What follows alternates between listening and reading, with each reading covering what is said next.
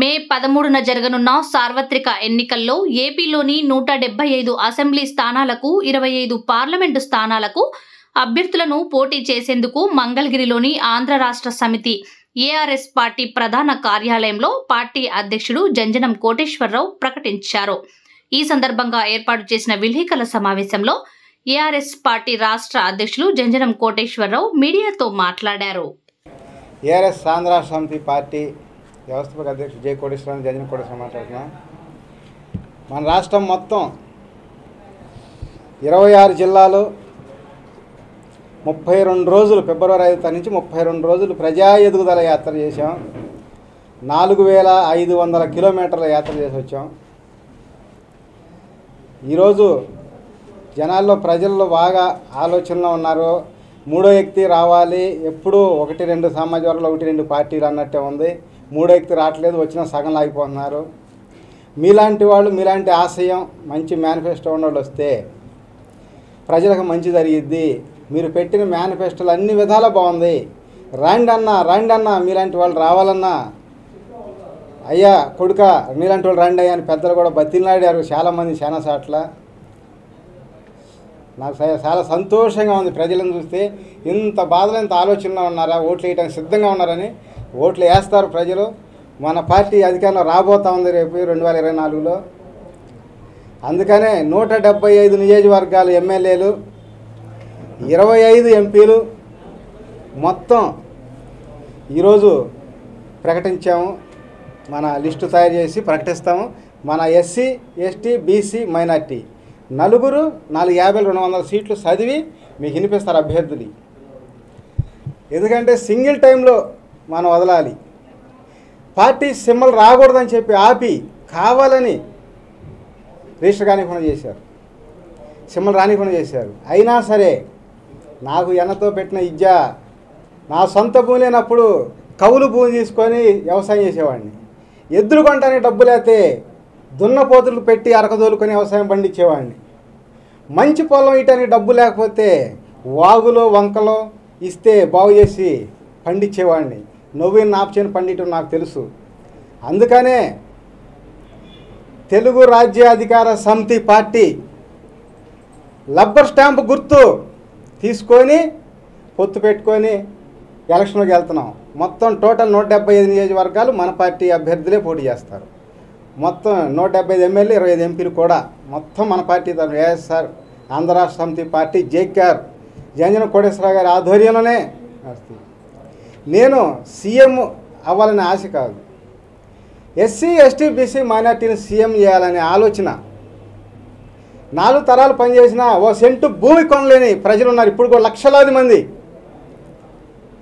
వాళ్ళందరినీ సొంత భూమి రైతుం చేయాలి. అలాగే శ్రీగంధర చంద్రుల లాంటి మొక్కలు నాటించి 10 ఏళ్ళ 10 కోట్ల ఆస్తి పనులు చేయాలి. అట్లాగే రాజధానిలో పొలాలు కొనుక్కొని 10-15 వేలకు హైదరాబాద్లో తెలిసిందే, హైటెక్ సిటీ డెవలప్ చేసుకొని అక్కడ 30-40-50 కోట్లకు అమ్ముకున్నది తెలిసిందే. హైటెక్ సిటీలో 90% ఏ సామాజిక వర్గాలకి ఉద్యోగాలు వచ్చినాయో తెలిసిందే. అమరావతి రాజధాని యూనివర్సిటీ కాడ, నాగార్జున యూనివర్సిటీ కాడ ఎక్కడ ప్రమాణ స్వీకారం చేస్తే ఆడే అన్నారు. తర్వాత మళ్ళీ ఎన్టీఆర్ పుట్టిన జిల్లా కృష్ణా జిల్లా నూజివీడు అన్నారు.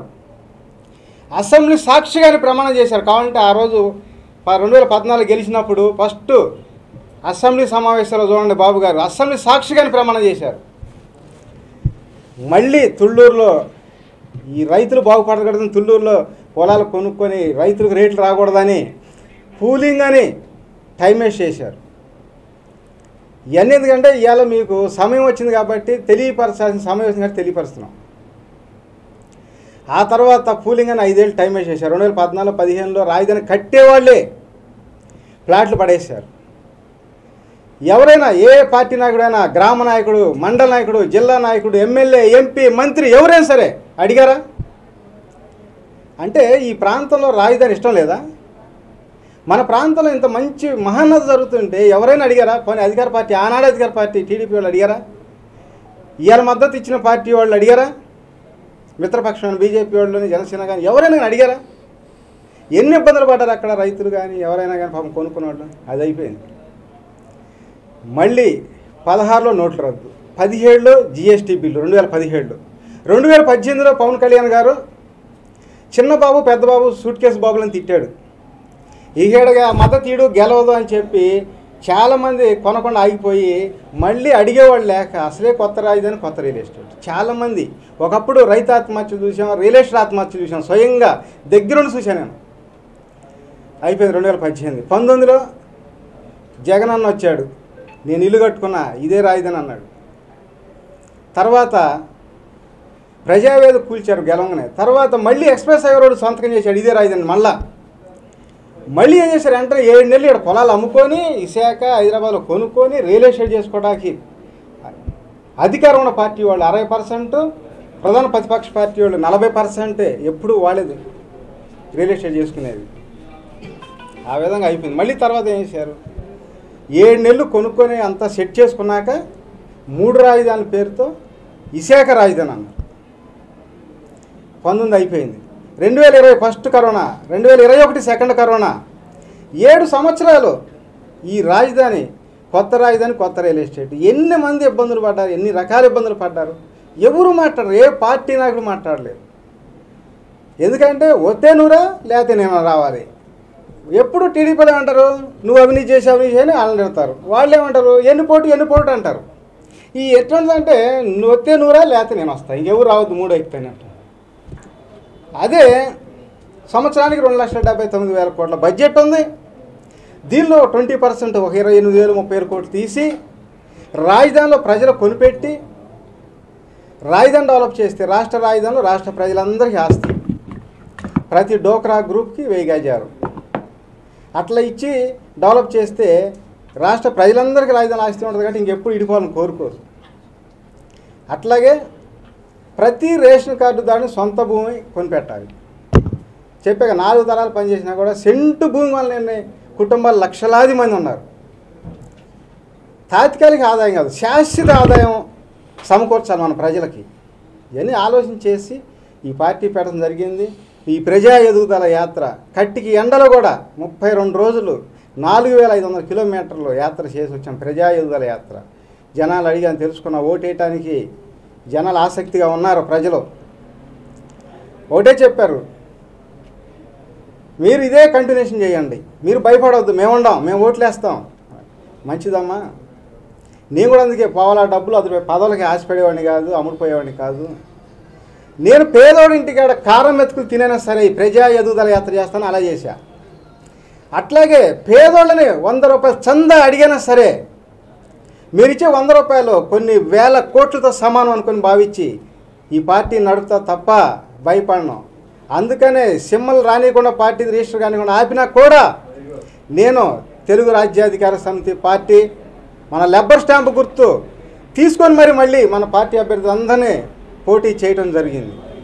చేపిస్తాం రేపు 2024 అధికారం. ఏఆర్ఎస్ ఆంధ్ర సమితి పార్టీ తెలుగు రాజ్యాధికార సమితి పార్టీ తీసుకున్నాం. ఉమ్మడిగా మనం ఎలక్షన్కి వస్తున్నాం. లబ్బర్ స్టాంపు గుర్తుకి ఓటేయండి. అఖండ మెజారిటీతో మంగళగిరిలో నేను పోటీ చేస్తున్నా. ఇక్కడ గెలిపి రాష్ట్రంలో మన అభ్యర్థులందరినీ గెలిపేయండి. మీ అందరు కోటీసులు అయిపోండి. ఖచ్చితంగా అనుకున్నట్టు చేస్తాం. ఎలక్షన్ ముందు వచ్చి మీ ముందు మాట్లాడి ఎలక్షన్ తర్వాత మీ దగ్గరకు రాకుండా ఉంటాం, అటు ఉండదు. మన ఎమ్మెల్యేలు ఎవరైనా సరే గెలిచిన తర్వాత అవినీతి చేస్తే వాళ్ళు చొక్కా పట్టుకొని అడగండి, ఆ క్షణాన్ని రిజైన్ చేసి మళ్ళీ ఎలక్షన్ పెట్టేస్తాం ఆ ఎమ్మెల్యేని. అలా ఉంటుంది. ముఖ్యమంత్రి కూడా దఫల వారీగా ఎస్సీ ఎస్టీ బీసీ మైనార్టీలు ఇప్పుడు దాదాపు ఒక 70 సంవత్సరాలు స్వాతంత్రం వచ్చి 75 ఏళ్ళు దాదాపు అయింది. ఎప్పుడు 1-2 సామాజిక వర్గాలు సీఎం పదవి చేస్తూ ఉన్నారు. అందుకోసమే SC ST BC minority CM పదవి చేయాలి. ఇది ఖచ్చితంగా ఇచ్చిన మాట కోసం పనిచేస్తాం. ఇది మీరు ఒకటే ఆలోచించండి, ఎంక్వైరీ చేయండి. అతను నిజాయితీ పరుడా కాదా, అతని మాట మీద నిలబడేవాడా కాదా. నేను ముందే చెప్పా, పేద రైతు కుటుంబం నుంచి వచ్చా, ఇచ్చిన మాటకి కట్టుబడి పనిచేస్తాం. కట్టికి ఎండలో కూడా 32 రోజులు 4,500 కిలోమీటర్ల యాత్ర ప్రజా ఎదుగుదల యాత్ర చేశాం. ఆ మేనిఫెస్టోలో కూడా ప్రజా ఎదుగుదల మేనిఫెస్టో పేదవాడి గుండె చప్పుడు ప్రజల గురించే ఉంటుంది ఏదన్నా కూడా మన పార్టీలో. అలాగే ప్రతిరోజు ప్రెస్ మీట్ పెడతా ఉంటాం. మేము ప్రజలకు ఎవరు చెప్తా ఉంటాం. ఒకటే చేయండి, ప్రజలందరూ కూడా మీరే నాయకులు. మీరే ఎమ్మెల్యేలు, మీరే ముఖ్యమంత్రి అనుకోండి. ఓటేసేటప్పుడు ఒకటే ఆలోచించండి. ఎవరు అనుకుంటారు 100 కోట్లు ఖర్చు పెడతాము, మేము గెలుస్తాము, మూడో పార్టీ రాదని. నేను ఒకటే చెప్తా ఉన్నా, ప్రజలు తలుసుకుంటే ఏదైనా సాధించగలరు. స్లిప్పులు పంచలేదు కదా మన ఇంటికి వచ్చి ఈ పార్టీ వాళ్ళు, ఓటు అడగడానికి రాలేదు కానీ ఆలోచన. ఎందుకంటే కొత్త పార్టీ, అక్కడక్కడ కొంచెం బెదిరింపులు ఉంటాయి. అందుకని ఆలోచన చేసి ప్రజలందరూ కూడా ఓటు వేయండి. ఇలాంటారు శివరాత్రి ఒక్కరోజు చాలు, మేము ఒక్క రోజులో మార్చేస్తామంటారు. ఒక్కరోజు కాదు, బటన్ నొక్కేటప్పుడు ఒక్క సెకండ్ ఆలోచించండి. ఈ రాష్ట్ర చరిత్రని తిరగరాయండి. ఒక్క సెకండ్లో ఈ స్టేట్ రాజకీయం మారిపోవాలి, ఈ రాష్ట్ర రాజకీయం మారిపోవాలి. ఆ శక్తి మీలో ఉంది. నా కోసం కదమ్మా, మీకోసం, మీ బిడ్డల కోసం, మీ బిడ్డల భవిష్యత్తు కోసం ఆలోచించి ఓటేయండి అమ్మా. ఏఆర్ఎస్ ఆంధ్ర రాష్ట్ర పార్టీని అధికారంలో తీసుకురండి. మన తెలుగు రాజ్యాధికార పార్టీ గుర్తు, మన రబ్బర్ స్టాంప్ గుర్తు తీసుకొని మనం పోటీ చేస్తూ ఉన్నాం. ఎందుకంటే చెప్పాము మీకు ఇందాకే, పోటీ చేయనీయకుండా చేయడానికి కొంతమంది సామాజిక వర్గం వాళ్ళు, కొంతమంది నాయకులు నా మీద కక్ష కట్టి చేశారు. వాళ్ళు సింబల్ రానిపోయినా, గుర్తు మనకి పార్టీ రిజిస్టర్ కానిపోయినా, లీజు తీసుకునే సరే నేను పోటీ చేస్తానన్నా. అలాగే ఈ పార్టీని తీసుకొని మన పార్టీ తరఫున 175 ఎమ్మెల్యే 25 ఎంపీలు పోటీ చేయించడం జరిగింది. అనుకున్నానంటే ఏదైనా సాధించగలను, మీకు ఈ పార్టీ సింబల్ తీసుకున్నప్పుడే అర్థమై ఉంటుంది. అలాగే ఎస్సీ ఎస్టీ బీసీ మైనార్టీలు సీఎం పదవి చేయబోతున్నారు రేపు 2014 నుంచి. మన రాష్ట్రం ఇడిపోయింది, ఏదో ఇడిపోయింది. ఒక్కసారి సీఎం అయిన వాళ్ళు ఈ రాష్ట్రంలో మళ్ళీ సీఎం చేయకూడదు. అమెరికాలాగా ఆంధ్రప్రదేశ్ రాజకీయం ప్రతిసారి కొత్త వాళ్ళు రావాలి. దఫల వారీగా సీఎం పదవి చేయాలి. సీఎం ఇచ్చామని చెప్పి అవినీతి చేసిన వాళ్ళ పూర్వీకుల ఆస్తితో సహా ప్రభుత్వానికి, అంటే ప్రజలకి మీకు చెల్లేటట్టుగా రాపిచ్చి ప్రమాణ స్వీకారం చేపిస్తాం. ఎవరైనా అవినీతి చేస్తే ఒకటే చెప్పండి, ఆ క్షణాన్ని చొక్కా పట్టుకొని వెళ్దేయండి, రిజైన్ చేసి మళ్ళీ ఇంకొకరికి ఇచ్చేద్దాం ముఖ్యమంత్రి పదవి కూడా. అది జై హింద్, జేఆర్ఎస్ తెలుగు రాజ్యాధికార పార్టీ సమితి. మన రబ్బర్ స్టాంపు గుర్తుకి ఓటేయండి, మన పార్టీని గెలిపించండి, అందరూ కోటేసుకుని చేయండి. ఆ శక్తి మన ఓట్లో ఉంది. ఓటేసి పదే పదే నేను కోరుకునేది ఒకటే, మన రాష్ట్రంలో SC ST BC minority CM చేయాలి. ఇది నా లక్ష్యం. అందరూ కోటీసులు అవ్వాలి. ప్రతి రేషన్ కార్డుదారుడు సొంత భూమి రైతు అవ్వాలి. ప్రతి డోక్రా గ్రూప్కి రాజధానిలో 8 గజాల ఫ్లాట్ కొనిపెట్టి రాజధాని డెవలప్ చేయాలి. అది ఎట్టా ఏంది అని చెప్పి మొన్న ఒకళ్ళు ఒక క్వశ్చన్ వేశారు. ఎలాగంటే విజయవాడ గ్రేటర్ అమరావతి చేస్తాం, చేసి చుట్టూ ఒక 1/2 కిలోమీటర్ ఇన్నర్ రింగ్ రోడ్డుకి భూసేకరణ చేసి అటు 2 లైన్లు ఇటు 2 లైన్లు వేసి మధ్యలో మొత్తం 1000 గజాల ప్లాట్లు ఇస్తాం. ఎన్ని లక్షల గ్రూపులు ఉంటే అన్ని లక్షల ప్లాట్లు ఇస్తాం. అప్పుడు ఇంకెప్పుడు రాష్ట్రం విడిపోవాలని కోరుకోరు. రాష్ట్ర రాజధానిలో రాష్ట్ర ప్రజలందరికీ ఆస్తి ఉంటే అందరూ ఈ రాష్ట్రం డెవలప్ అయింది, రాజధాని డెవలప్ అయింది. రాష్ట్రం రాజధానితో పాటు ఈ రాష్ట్ర ప్రజలందరూ డెవలప్ అవుతారు, అందరూ కోటీసులు అవుతారు. మీడియా మిత్రులు కూడా అందరికీ చెప్పండి, ఛానల్స్ ఓనర్లు కూడా చెప్పి ఏపీలో ఇలాంటి పార్టీ వస్తే మనకు బాగుంటుందని. వాళ్ళ ఛానల్ ఉత్తమ ఛానల్ ఓనర్గా ఒకరిని ఎన్నుకొని 4 నెలలు వాళ్ళకి సీఎం ఇద్దాం. అలాగే మన మీడియా మిత్రులందరూ, ప్రెస్ విలేకరులందరూ కూడా నెలకి 10,000 రూపాయలు గౌరవవేతనం ఇద్దాం మన పార్టీ అధికారులు రాగానే. ఇంకేమైనా డౌట్ ఉండే అడండి. ఓకే, కిలోమీటర్లు తిరిగారని చెప్పారు. మన పాదయాత్రలో ప్రజల సమస్యలు ఏం గమనించారు మీరు ఒకసారి? ప్రజల సమస్యలు చెప్పాం కదా, ఇట్లాగే చాలా ఉన్నాయి. ఇక అవన్నీ ఏంటంటే మళ్ళీ నెక్స్ట్ చెప్తా. ఇప్పుడే చెప్పామనుకోండి అన్నీ ఒకేసారి మరి మీరు రాయటం చాలు, రేపు చెప్తాం. మళ్ళీ మీరు ఒక్కళ్ళైనా ఇంకెక్కడ పొత్తుందా ఈ పార్టీ? ఈ పార్టీలో పొత్తు అంటే ఏం లేదు. ఇదే మన తెలుగు రాజ్యాధికార సమితి పార్టీని తీసుకొని మన సింబల్ రానికుండా ఆపారు, పోటీ చేయనీయకుండా చేయాలి, మూడో పార్టీ రాకూడదని. అందుకని చెప్పి తెలుగు రాజ్యాధికార సమితి పార్టీని మనం తీసుకొని పొత్తు పెట్టుకొని మన రబ్బర్ స్టాంపు గుర్తు ఉంది కదా తీసుకొని ఇది వెళ్తాం. పార్టీ కార్యాలయం ఎప్పుడు ఓపెన్ చేస్తారో, ప్రచారం ఎప్పుడు మొదలు పెట్టబోతున్నారు? ప్రచారానికి ఆల్రెడీ రేపు స్టార్ట్ చేస్తాం. కార్యాలయం ఇప్పుడు ఇది మామూలుగా పెట్టాము. మళ్ళీ ఇక్కడ మన ఎన్ఆర్ దగ్గర 1 ఎకరా ల్యాండ్ తీసుకొని శాశ్వత కార్యాలయం, జాతీయ కార్యాలయం కడతాం.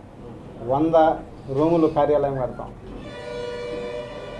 ఆ రోజు మళ్ళీ మీరు వస్తారు, మీకు ప్రచారానికి ఇక్కడి నుంచి స్టార్ట్ చేస్తాం. అన్న మీరు పార్టీ పెడతారు 2 నెలల నుంచి తిరుగుతున్నారు. ఈలోపు ఎవరైనా మిమ్మల్ని సంప్రదింపులు చేశారా వద్దు అని? ఎందుకంటే మంగళగిరి అనేది హాట్ కేక్, ఇక్కడ అనేది అసెంబ్లీ ఇక్కడే ఉంది, సీఎం జగన్ ఇక్కడే ఉన్నారు, అందరూ ఇక్కడే ఉన్నారు, ఉండవాళ్ళే చంద్రబాబు. మిమ్మల్ని ఎవరైనా సంప్రదించారు? తన ఏమన్నా ఇట్లాంటి సంప్రదింపులు ఏమన్నా మీకు మాకు సంప్రదింపులు అంటే అవన్నీ ఏమీ లేదు. ఎందుకంటే చెప్పాంగా మేము వాళ్ళ డబ్బులు అదిపోయి పదవులకి అమ్ముడిపోయడం కాదు, ప్రజల కోసం పనిచేస్తామని. బెదిరింపులు అంటే అవి సహజం, చిన్న చిన్నవి.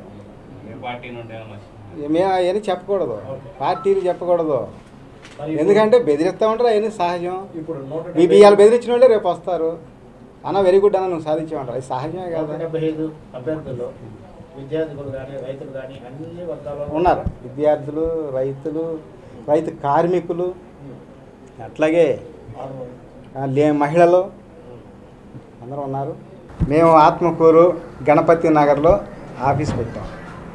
మేము ఈ హైవేలో 1-2 నెలల నుంచి మన కుర్రోళ్ళు పార్టీ ఆఫీస్కి కనీసం ఒక 20-25 ఇళ్ళు ఆఫీసు తీసుకొని రేటు మాట్లాడుకుని అడ్వాన్స్ ఇవ్వటం, మళ్ళీ మేము వెళ్ళిన అర్ధ గంటకి మా అబ్బాయి ఒప్పుకోవట్లేదు, మేము ఇట్లేండి అని మళ్ళీ వెనక పంపించాం.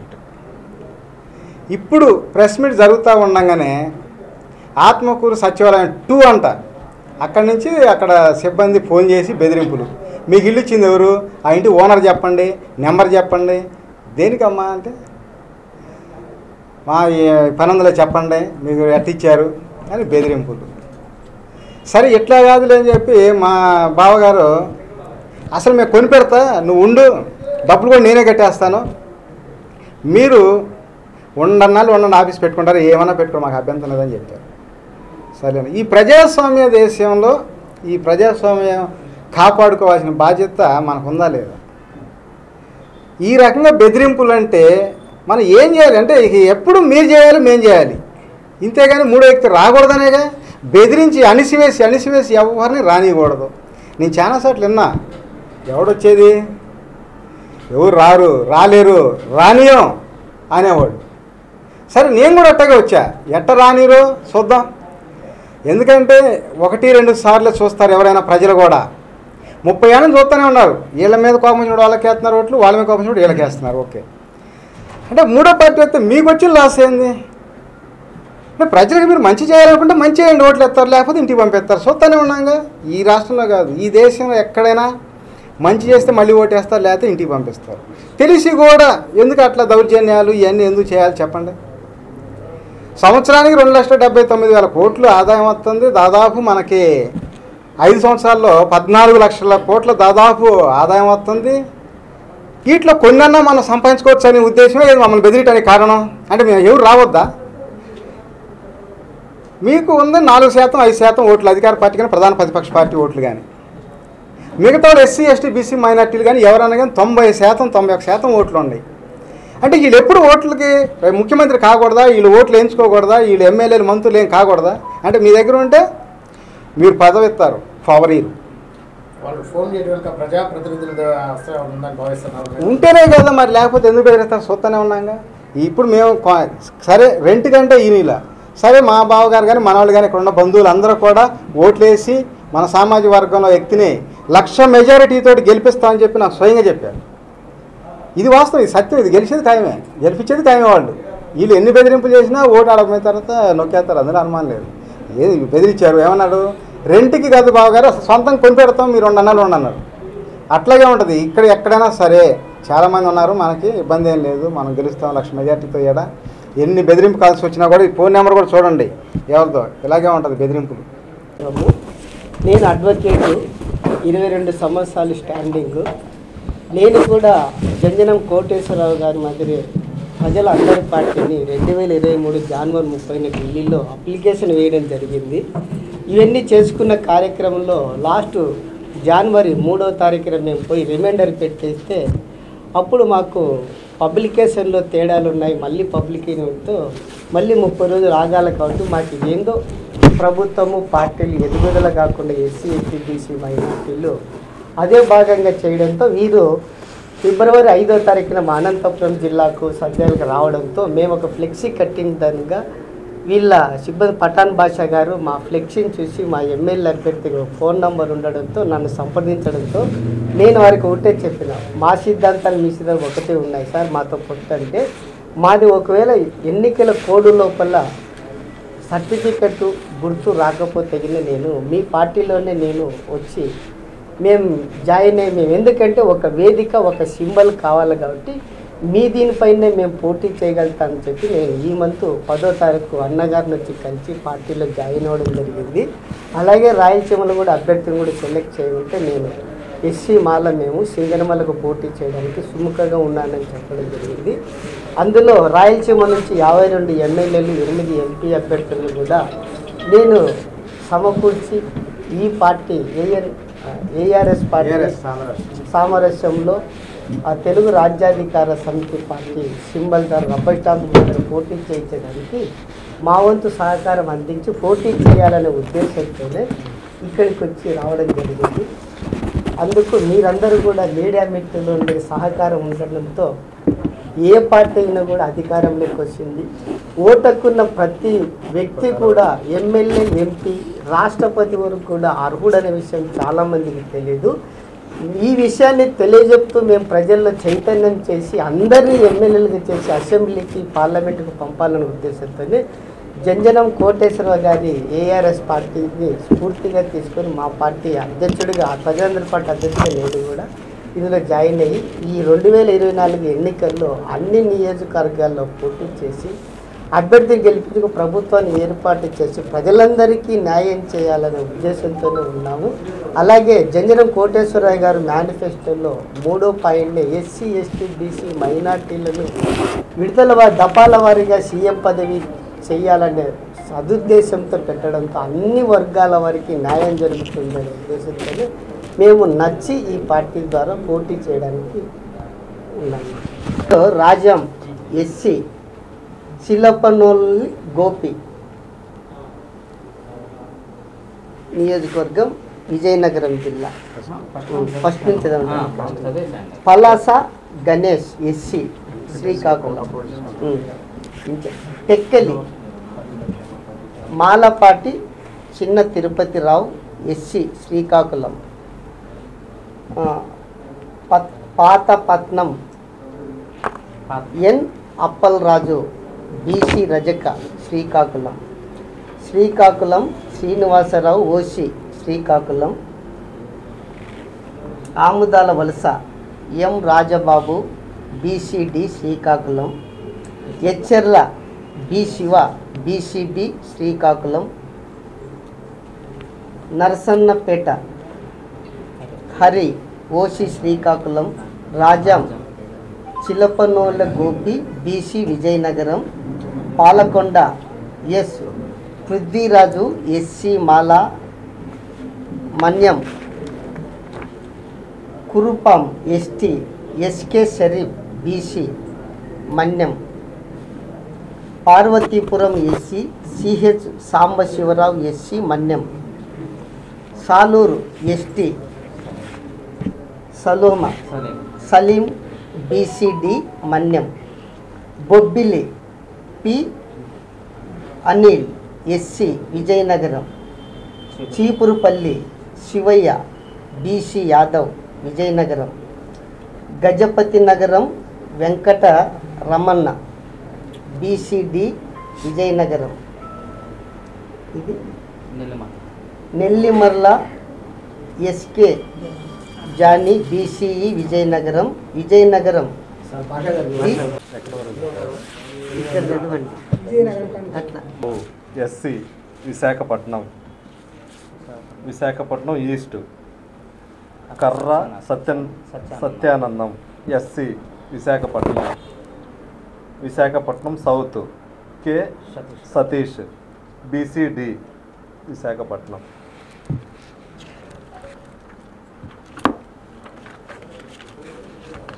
Chodavaram B Venkata Apparao BCD. Madugula Balakrishna BC Valmiki Anakapalli. Araku valley ST Kamesh. రాబోతుంది ఓకే